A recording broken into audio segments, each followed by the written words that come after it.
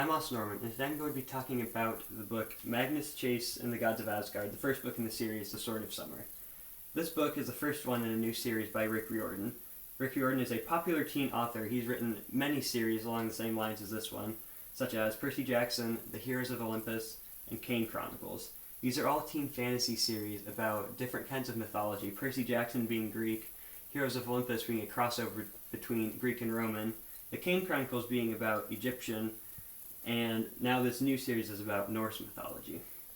I enjoy Mr. Riordan's books because they're very funny yet also very dramatic. They're filled with all sorts of pop culture references.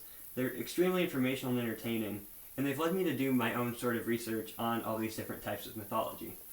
If I'd rate this book by itself, I'd probably give it a 4 out of 5. I didn't enjoy it quite as much as I did the other ones, but it's still extremely funny and informative, so I'm eagerly awaiting the next few books in the series.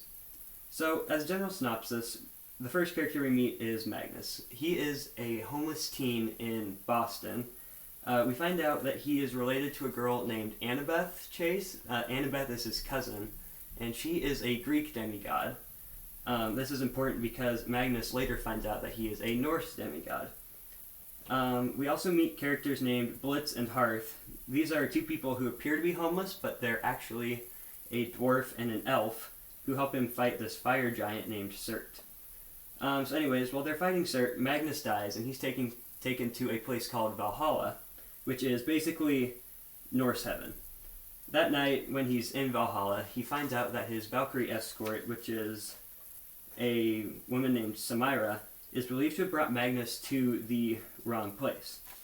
See, Valhalla is for warriors. They're people dying more noble deaths, and Magnus didn't really die a noble death. He basically went up and punched this giant and fell into a river, so they didn't think that was very noble of him. The rest of the book just is about Samira trying to reclaim her honor. It's about Magnus trying to prove he belongs, and it's the quartet of Magnus, Sam, Blitz, and Hearth stopping, or actually more accurately, delaying the apocalypse. One section I really enjoyed from the book is when Magnus, Blitz, and Hearth are running from Gunilla, who is the Valkyrie captain and in charge of Samira, and also from a giant squirrel. Because magic exists in this reality, Magnus is told to hop in her recycling bin, and this follows. Hearth grabbed my arm and pulled me along. Blitz found the recycling chute and yanked it open. Go, go! Hearthstone dove in head first. You next, kid, said the dwarf. I hesitated. The smell coming out of the chute reminded me of my dumpster diving days. Suddenly, the comforts of the Hotel Valhalla didn't seem so bad. The more wolves howled, closer this time, and I recycled myself.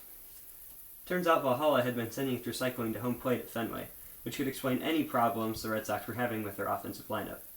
Hearthstone was just getting to his feet when I landed on top of him and knocked him flat. Before I could extricate myself, Blitzen plowed into my chest.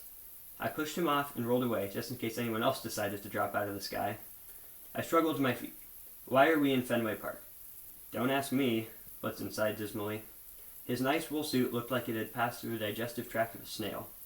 The doors in and out of Valhalla are notoriously wonky. At least we're in Midgard. Rows of red bleachers stood empty and silent, uncomfortably similar to the feast hall of the slain before the Einherjar marched in. The field was covered in a patchwork of frozen tarts that crunched under my feet. It must have been around 6 in the morning. The eastern sky was just starting to turn gray. My breath steamed in the air.